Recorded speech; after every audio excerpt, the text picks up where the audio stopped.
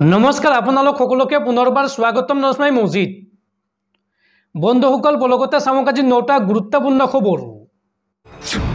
প্ৰথমটো খবৰ, ৰাজ্যত অনলাইন ট্ৰেডিং কৰা সকল সাৱধান। অনলাইন ট্ৰেডিংক লৈ মুখ্যমন্ত্ৰী হিমন্ত বিশ্ব শৰ্মাৰ ডাঙৰ ঘোষণা। অতি কম দিনৰ ভিতৰত অধিক ধনৰ সপোন দেখুওৱা সকল পৰিব বিপদত আৰু এই চক্ৰটোক ৰাজ্যৰ পৰা সম্পূৰ্ণৰূপে উৎখাত কৰা হ'ব। এই ডাঙৰ মন্তব্য ৰাজ্যৰ মুখ্যমন্ত্ৰী হিমন্ত বিশ্ব শৰ্মাৰ। ৰাজ্যত অনলাইন ট্ৰেডিং কৰা সকল সাৱধান। কম দিনত অধিক ধনৰ সপোন দেখুওৱা সকল পৰিব বিপদত। অনলাইন ট্ৰেডিংক লৈ কঠোৰ হৈ পৰিছে ৰাজ্যৰ মুখ্যমন্ত্ৰী হিমন্ত বিশ্ব শৰ্মা।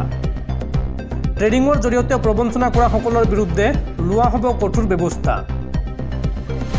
অসম আৰক্ষীক এই সন্দৰ্ভত স্পষ্ট নিৰ্দেশ মুখ্যমন্ত্ৰী হিমন্ত বিশ্ব শৰ্মাৰ। এই সন্দৰ্ভত ৰাজ্যৰ থানাই থানাই গোচৰ ৰুজু কৰিবলৈ নিৰ্দেশ মুখ্যমন্ত্ৰীৰ। আৰু মুখ্যমন্ত্ৰীৰ নিৰ্দেশৰ পিছতে ৰাজ্যজুৰি সক্ৰিয় হৈ পৰিছে অসম আৰক্ষী। আৰু ৰাজ্যৰ ভিন্ন স্থানত আৰক্ষীয়ে ট্ৰেডিং প্ৰবঞ্চকক বিচাৰি আৰম্ভ কৰিছে অভিযান। পৰৱৰ্তী খবৰ, সাৱধান ৰাজ্যবাসী। ৰাজ্যত পুনৰ বতৰৰ ল'ব কাল ৰূপ। আগন্তুক 24 ঘণ্টাত ৰাজ্যত হ'ব ধাৰাসাৰ বৰষুণ।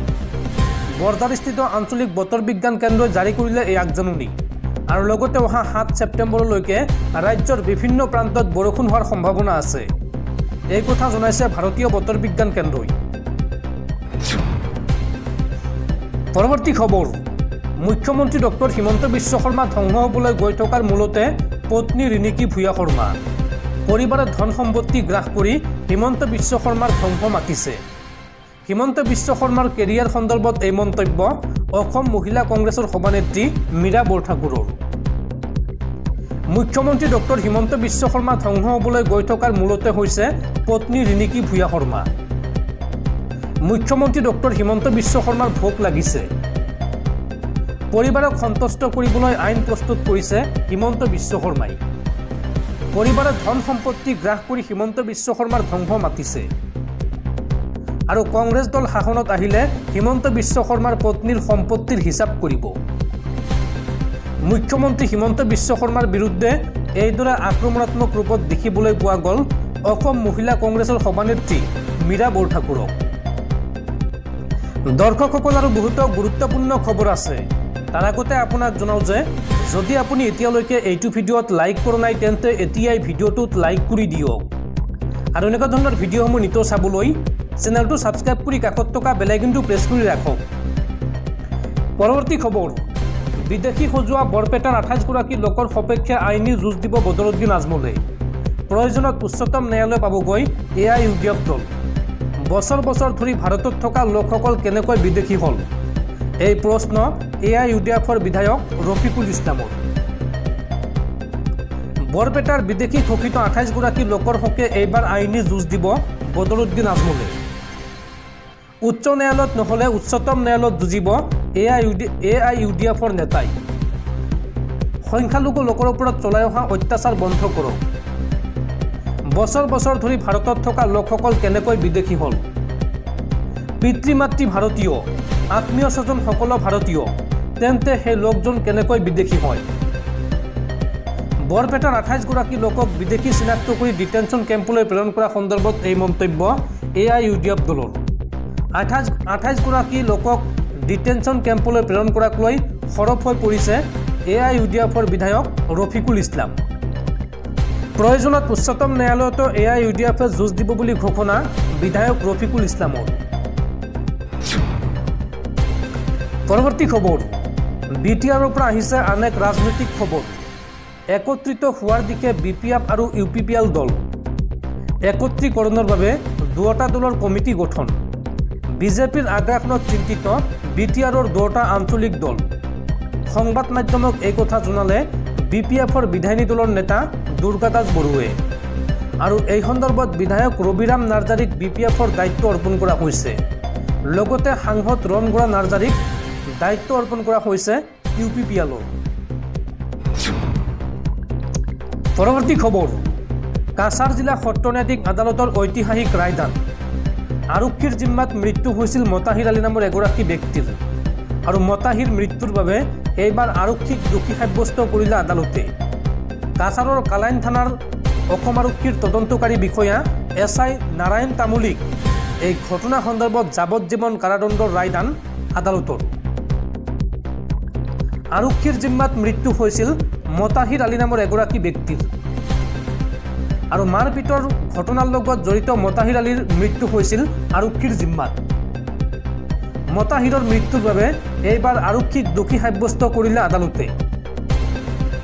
আৰক্ষীৰ জিম্মাত থকা অৱস্থাত মতাহিৰক অত্যাচাৰ কৰাৰ অভিযোগ উত্থাপন হৈছে আৰু এই সন্দৰ্ভত কাছাৰৰ কালাইন থানাৰ তদানীন্তন SI নাৰায়ণ তামুলীক যাৱজ্জীৱন কাৰাদণ্ডৰ ৰায়দান আদালতৰ। আৰু আদালতৰ ৰায়ৰ পিছতে কান্দি কান্দি ধন্যবাদ জনালে মৃতকৰ পুত্ৰই। কাছাৰ জিলা সত্ৰনৈতিক আদালতৰ এই ঐতিহাসিক ৰায়দান।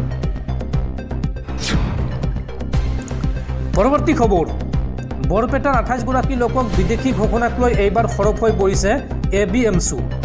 এই সন্দৰ্ভত ABMSUৰ টাইছন হুছেইনৰ বিদেশী চিনাক্তকৰণ প্ৰক্ৰিয়াক লৈ বিস্ফোৰক অভিযোগ। দাড়ি টুপি লুঙি চাই বাংলাদেশী সজোৱা হৈ অসমত ডিটেনশ্যন কেম্প বন্ধ কৰক, এই দাবী ABMSUৰ সভাপতি টাইছন হুছেইনৰ।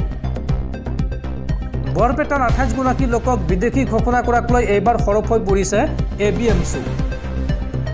নাম উপাধি দাড়ি টুপি লুঙি চাই বাংলাদেশী সজোৱা হৈ অসমত, এই বিস্ফোৰক অভিযোগ ABMSU। ABMSUয়ে লগতে মন্তব্য কৰি কয় যে অসমত চৰকাৰীভাৱে বাংলাদেশী বনোৱা হয়। নিৰ্দিষ্ট এটা জনগোষ্ঠীক বিদেশী সজোৱা বন্ধ কৰক, অসমত ডিটেনশ্যন কেম্প বন্ধ কৰক। যদি বাংলাদেশী আছে কিয় আইনী প্ৰক্ৰিয়াৰে বাংলাদেশলৈ পঠাব পৰা নাই চৰকাৰে? কিয় অসমত সৰ্ববৃহৎ ডিটেনশ্যন কেম্প নিৰ্মাণ কৰা হৈছে? ভাৰতীয় মানুহক বিদেশী সজাই ডিটেনশ্যন কেম্পলৈ যোৱা বন্ধ কৰক। বিদেশী ন্যায়াধীকৰণৰ ত্ৰুটিপূৰ্ণ ব্যৱস্থা পুনৰীক্ষণ হ'ব লাগে। অসমৰ সীমান্ত আৰক্ষী হৈছে বিদেশী লেবেল লগোৱা মেচিন। কান্দি কান্দি ডিটেনশ্যন কেম্পলৈ যোৱা লোকক লৈ ABMSUৰ এই প্ৰতিক্ৰিয়া আৰু ABMSUৰ সভাপতি টাইছন হুছেইনৰ এই সন্দৰ্ভত চৰকাৰক খুৰদাৰ সমালোচনা। পৰৱৰ্তী খবৰ, ৰাজ্যৰ ইউটিউবাৰসকল সাৱধান, এইবাৰ অনলাইন ট্ৰেডিঙৰ বিজ্ঞাপনকাৰী ইউটিউবাৰ যাব লাগিব জেললৈ। এই বৃহৎ ঘোষণা ৰাজ্যৰ মুখ্যমন্ত্ৰী ডক্টৰ হিমন্ত বিশ্ব শৰ্মাৰ। অসমত সম্পূৰ্ণ ৰূপত ভাঙি দিয়া হ'ব ট্ৰেডিং চক্ৰ। এনেকৈ আৰু কোনেও ধন বিনিয়োগ নকৰিব, এয়া আইন বিৰোধী কাম। শেহতীয়া অনলাইন ট্ৰেডিঙক লৈ বৃহৎ মন্তব্য ৰাজ্যৰ মুখ্যমন্ত্ৰী হিমন্ত বিশ্ব শৰ্মাৰ। ব্ৰকাৰৰ যোগেদি অনলাইন ট্ৰেডিং নকৰিব, এয়া এক অপৰাধ। এইদৰে এপৰ জৰিয়তে ধন বিনিয়োগ কৰাত ধন ঘূৰাই পোৱাৰ কোনো গেৰাণ্টি নাই। আৰক্ষীয়ে আনুষ্ঠানিকভাৱে কেছ কৰি এই চক্ৰটো ধৰি আছে। পৰ্যায়ক্ৰমে ট্ৰেডিং চক্ৰত জড়িত সকলোকে গ্ৰেপ্তাৰ কৰাৰ কথা ঘোষণা মুখ্যমন্ত্ৰী হিমন্ত বিশ্ব শৰ্মাৰ। বাছি নাযাব অনলাইন ট্ৰেডাৰ আৰু বিজ্ঞাপনকাৰী ইউটিউবাৰো। যিসকল ইউটিউবাৰে অনলাইন ট্ৰেডিঙৰ বিজ্ঞাপন দিছিল তেওঁলোকো হাৰি নাযাব। ৰাজ্যৰ জিলাই জিলাই ট্ৰেডাৰৰ বিৰুদ্ধে অভিযান চলোৱাৰ নিৰ্দেশনা ৰাজ্যৰ মুখ্যমন্ত্ৰী হিমন্ত বিশ্ব শৰ্মাৰ। প্ৰৰোচনাৰে সাধাৰণ লোকৰ ধন আত্মসাৎ কৰা সকলো লোক যাব লাগিব জেললৈ, এই ঘোষণা কৰিছে মুখ্যমন্ত্ৰীয়ে। অনলাইন ট্ৰেডিঙৰ জৰিয়তে টকা ডাবল কৰাৰ কোনো ব্যৱস্থা নাই বুলি স্পষ্টকৈ ঘোষণা মুখ্যমন্ত্ৰীৰ। এনেকুৱা ধৰণৰ ঘটনা এক প্ৰকাৰৰ প্ৰবঞ্চকৰ কাম, ফাঁকিবাজিৰ কাম বুলি প্ৰকাশ কৰে মুখ্যমন্ত্ৰীগৰাকীয়ে। যিসকলে ধন বিনিয়োগ কৰিছে নতুনকৈ ধন বিনিয়োগ কৰা বন্ধ কৰক, অন্যথা কষ্টৰ ধন আপোনালোকে হেৰুৱাব। এয়া সম্পূৰ্ণ ৰূপত আইন বিৰোধী কাম। অসম আৰক্ষীয়ে এই সন্দৰ্ভত একশ্যন লৈছে। অনাগত দিনত পৰ্যায়ক্ৰমে চলিব একশ্যন। এই মন্তব্য ৰাজ্যৰ মুখ্যমন্ত্ৰী হিমন্ত বিশ্ব শৰ্মাৰ।